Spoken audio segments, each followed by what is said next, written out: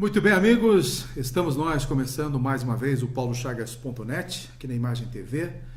E para a gente iniciar esse bate-papo, eu que tenho muitos outros assuntos a trazer a vocês, eu quero rapidamente fazer um comentário sobre o nosso Internacional de Lages. E dizer que, infelizmente, teve a derrota nesta primeira partida da disputa do Campeonato Brasileiro da Série D. O Inter acabou sendo goleado pelo Caxias do Rio Grande do Sul, mas leve-se em conta o pouco tempo de preparação da equipe, a reunião dos jogadores, um time ainda incompleto, começou há menos de uma semana e já no domingo estava em campo diante de um adversário extremamente estruturado. Mas tem que depositar uma confiança de qualquer maneira, mesmo sabendo de todas as dificuldades da nossa equipe de Lages nesse enfrentamento do Brasileirão da Série D. Neste próximo final de semana vai ao Rio de Janeiro enfrentar o Nova Iguaçu e a gente tem realmente uma expectativa de que o time possa se reabilitar. O time carioca também perdeu a primeira partida para o Mirassol, que é um time de São Paulo, acabou perdendo, então os dois derrotados se enfrentam em busca da recuperação. Não se sabe realmente o futuro do nosso time, uma vez que acabou caindo agora para a segunda divisão do Campeonato Catarinense. Vai tentar a partir de 2019 uma recuperação e retornar em 2020. Isso tudo, de uma certa forma, merece uma reflexão um pouco diferenciada. Como manter um time de futebol profissional na cidade de Lages? E eu quero dizer mais. O Christopher, ele tem feito um trabalho que poucos, eu acho, na cidade de Lages poderiam fazer. Ele mantém essa equipe do jeito dele, mas mantém. E eu penso que se Christopher um dia jogar a toalha, não quiser mais, acaba de vez o futebol profissional aqui na cidade de Lages, ou dificilmente ele vai se reerguer nesta situação. Então, bem ou mal, o time está aí, está representando a nossa cidade, está lutando, caindo, subindo, com esses tropeços todos. O Inter de Lages representa a nossa cidade em algumas competições estaduais e brasileiras. E isso precisaria ser levado em conta diante especificamente de uma necessidade de apoio. Nós não vemos, basicamente, um apoio integral, mesmo que seja financeiro. Eu não sei como é que esse time se sustenta, já que tem poucos patrocinadores, já que não tem uma sustentação econômica que possa dar-lhe suporte diante das adversidades na manutenção deste nosso time. Mas ele está aí, lutando, e a gente tem que acreditar de que o Internacional de Lages vai ter uma recuperação neste Campeonato Brasileiro da Série D, porque se conseguisse passar dessa fase, e está aí a oportunidade, se ele chegasse à Série C para 2019, os ânimos, os ímpetos, os interesses de patrocínios, enfim, poderiam ser bem diferentes e valorizados a partir das conquistas. E está na mão, está numa disputa que precisa vencer e que poderia estar, então, ele entre os 4 classificados da Série C do ano de 2019. Mas é muito difícil. A gente não tem uma base firme de sustentação em que a gente possa realmente acreditar que a equipe, da forma que está sendo montada, da forma que começou este Campeonato Brasileiro da Série D, tenha realmente sucesso efetivo daqui para frente e possa garantir uma classificação entre os 4 primeiros. É extremamente difícil, mas não impossível.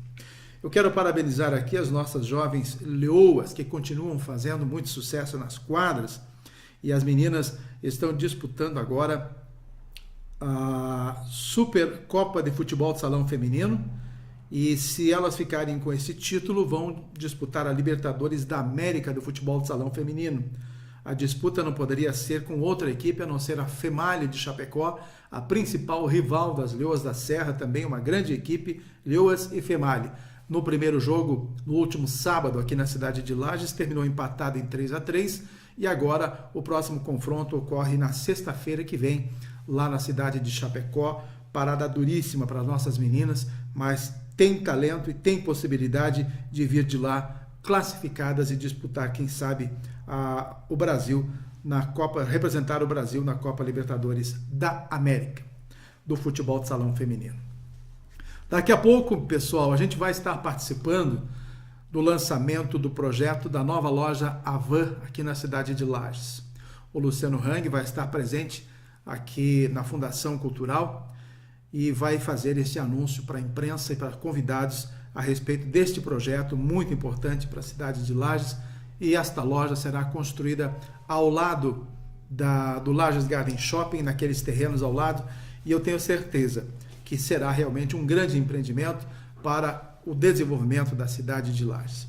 Eu fico até curioso diante de tantas situações, as pessoas se apegam a informações de picuinhas, e este local em que foi escolhido agora a fundação era para ter sido no Orion Park, e aí ficam questionando, e no fim das contas vai ser na Fundação Cultural. Poderia ser também na CIL, na CDL, que são ligados à área comercial, mas vai ser dentro da Fundação Cultural aqui no município de Lages, por todos os interesses que o cercam, mas não há problema nenhum. O importante é realmente o foco de que este empreendimento trará dividendos, trará empregos, enfim, para a cidade de Lages. E a gente vai estar presente daqui a pouquinho lá.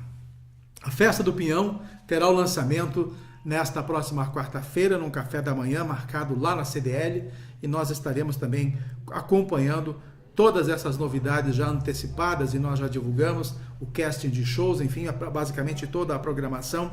Mas esse lançamento este ano será um pouco diferente, não será um lançamento à noite, regado a vinho e coquetel e tudo mais. Será desta vez mais simplificado, num café da manhã, mas não menos importante. Então, portanto, vamos acompanhar o que terá ainda de novo a ser revelado com relação ao lançamento da Festa Nacional do Pinhão, num café da manhã, nesta quarta-feira, na CDL Lages. Por falar em CDL, eu estive acompanhando na segunda-feira, agora pela manhã, a assinatura de um protocolo, aliás, de um convênio que vai possibilitar a edificação, a construção de uma unidade intensiva de tratamento, uma UTI, ou unidade de tratamento intensivo, uma UTI, aqui na cidade de Lages, junto ao Hospital Nossa Senhora dos Prazeres, e inclusive com heliporto e toda uma estrutura diferenciada. Eu quero dizer a vocês que as pessoas têm realmente sentido um problema sério na saúde, isso é problema nacional, mas Lages, de qualquer forma, ainda está numa posição de vanguarda com relação a muitos outros municípios, pois, se você analisar, meu pessoal, somente o hospital infantil teve um enorme investimento do governo do estado nesses últimos anos e hoje continua sendo uma das principais referências ao tratamento das crianças aqui na cidade de Lages, em todo o estado de Santa Catarina. Então, o hospital infantil hoje reformado, estruturado, funcionando com muita propriedade, com muita estrutura e satisfazendo todas as necessidades de uma região. Aí tivemos também esta nova ala do Hospital Teresa Ramos, que está para ser inaugurada dentro dos próximos 5 ou 6 meses, e nós teremos uma das estruturas mais completas hospitalares da região e também do estado de Santa Catarina, com a inauguração desta nova ala do Hospital Teresa Ramos.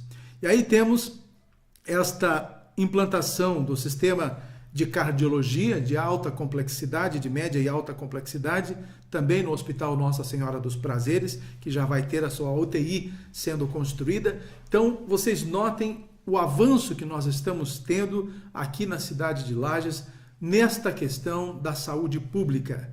Nós teremos, então, repetindo, o Hospital Infantil remodelado, o Nossa Senhora dos Prazeres tendo o sistema de cardiologia e também uma UTI, e ainda a nova ala do Teresa Ramos. E sem contar a UPA, que vai desativar agora o pronto-socorro Tito Bianchini, e ainda este ano a UPA já estará em funcionamento com uma nova estrutura para o atendimento à saúde da nossa comunidade serrana. Então, neste quesito saúde, eu quero crer que a cidade de Lages será uma das mais bem dotadas em termos de estrutura, né, para o atendimento à nossa população. E vocês podem ter certeza que, pelo menos nesse campo, nós estamos muito bem assistidos, embora tenhamos, claro, e temos que reconhecer que ainda há muito a ser feito, e a saúde é uma área muito vasta, complexa e cheíssima de problemas, e que atinge muita gente que hoje necessita de um atendimento básico. De qualquer maneira, está aí então um rápido comentário a vocês a respeito da nossa questão da saúde aqui na nossa cidade de Lages e com atendimento a toda a região serrana. Nesta segunda-feira, as mudanças continuaram acontecendo, os anúncios continuaram acontecendo nas mudanças do governo do estado de Santa Catarina. E para que vocês tenham uma ideia, ninguém do PSD deverá permanecer no governo do Eduardo Pinho Moreira. Existe hoje um azedume, de qualquer forma, diante do PSD e ninguém mais vai poder alinhar essas duas siglas daqui para frente para as eleições de 2018. O MDB vai figurar com a sua candidatura própria e também totalmente desligado, provavelmente, do PSD, que também tem já a sua candidatura própria através do deputado estadual Gelson Melísio. E diante disso, as mudanças continuam acontecendo. Para quem esperava que o Eduardo Deschamps permaneceria como secretário de Estado da Educação, ele que é do PSD, pois se enganou. Ele acabou então sendo destituído do cargo e foi convidado o Gilberto Agnolin, lá de Chapecó, por indicação do partido da região Oeste. Gilberto Agnolin eu conheci muito bem, já tive a oportunidade de trabalhar com ele junto ao Noesc, na assessoria de imprensa, e ele é realmente uma pessoa extremamente competente e não vamos então desabonar a competência de Gilberto Agnolin em função de ele ser do partido do governador do MDB. Mas muda sim então a Secretaria de Educação com o seu titular, agora sendo Gilberto, não há data ainda para a posse, mas está confirmado. Ele aceitou o convite e vai assumir a Secretaria de Estado da Educação e o Eduardo Deschamps já deixou então o governo, praticamente um dos últimos do PSD a estar presente nesta estrutura administrativa, neste colegiado do Eduardo Pinho Moreira, o governador do estado de Santa Catarina. E ainda, nesta segunda-feira, o próprio governador deu posse ao secretário de Turismo em substituição ao Leonel Pavan, senhor Tufi Neto. Ele que tomou posse, então, nesta segunda. E até uma curiosidade, a gente tem acompanhado toda essa situação envolvendo os caminhos da neve para que se tenha o asfaltamento no lado do Rio Grande do Sul.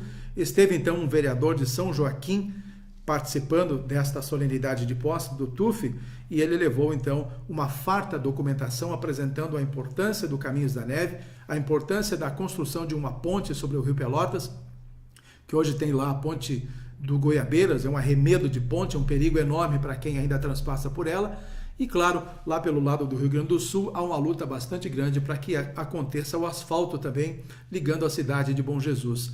Aliás, nesta terça-feira, lá no Rio Grande do Sul, o governador do Rio Grande do Sul vai institucionalizar o Caminhos da Neve como rota turística, e aí é mais um passo para o desenvolvimento do turismo na região serrana de Santa Catarina e na região serrana do Rio Grande do Sul. As duas estão interligadas com os mesmos propósitos e nós estamos sempre de perto acompanhando a evolução desse processo. Ainda estamos aguardando a possibilidade do presidente Michel Temer de sancionar o projeto de federalização desta rodovia, que contempla também fartamente os nossos municípios de Santa Catarina, como Bom Jardim, como São Joaquim e Urupema, Urubici, entre outros municípios. Então isso tudo precisa ser resolvido o quanto antes, e eu quero crer que logo logo nós teremos o estabelecimento de uma proposta turística com alto grau de desenvolvimento aqui na Serra Catarinense, envolvendo então esses municípios